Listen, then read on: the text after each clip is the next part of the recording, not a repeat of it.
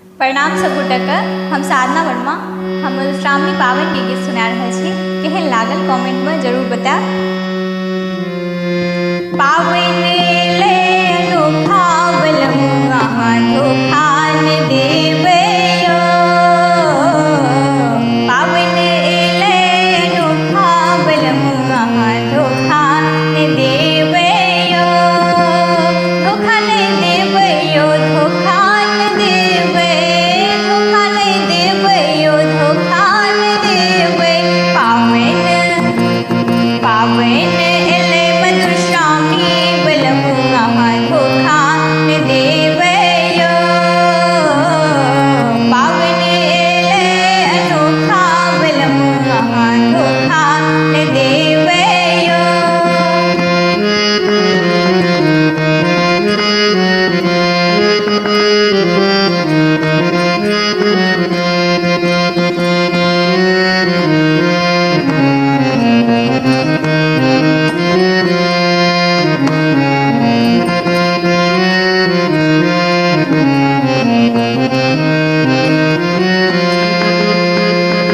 अपन अम्मा के यहाँ कहबन बुझाई, कहबन बुझाई, यो कहबन बुझाई। अपन अम्मा के यहाँ कहबन बुझाई, कहबन बुझाई, यो कहबन बुझाई।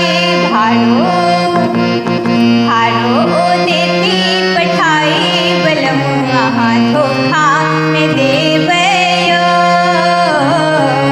भाड़ो देती पठाई बलमुआ धोखा न देवे यो।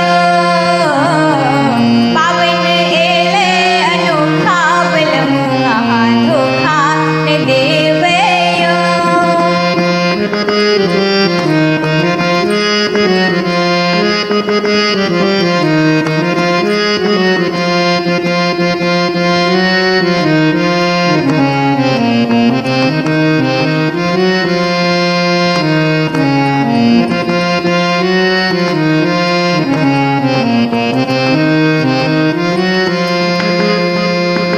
अपन अम्मा के यहाँ कहबन बुझाई, कहबन बुझाई, यो कहबन बुझाई।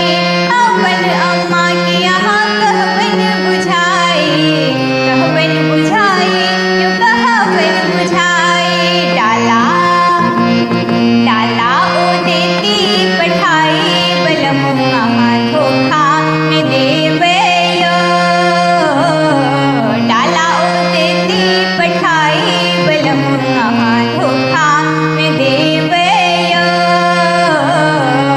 पावन ले अनोखा बलमुआ धोखा न देवे यो।